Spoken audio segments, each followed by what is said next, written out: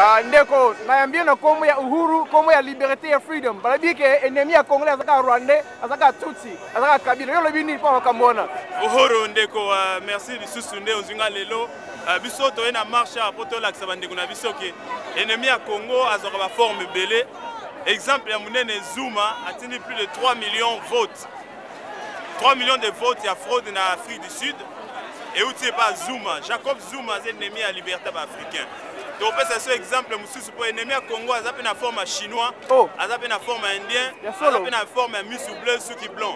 So, biso le loto est tout ça, un challenge que ennemi à Congo, ils ont une forme belée. Il faut que la population a éduqué, à comprendre que l'ennemi a une forme belée et puis comme on est impérialiste, pouvoir aux autres dominer mon kililelo. Si on s'est limité à Rwanda, alors Afrique du Sud, on retient au Zuma, à la présence Afrique du Sud, a tenu un vote, a fraudé au Bandeko, plus de 3 millions.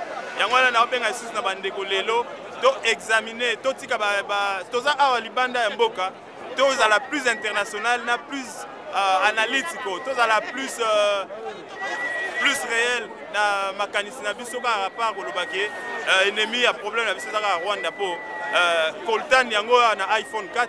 Ouais, ce qu'on ndeko. Balabisi biso ke to ken élection to longola kaka Kabila, mais Kabila zaka ce qu'on a pouvoir, ce qu'on ça ce qu'on nini. Quand on doit tiponze à solo, liberté à solo.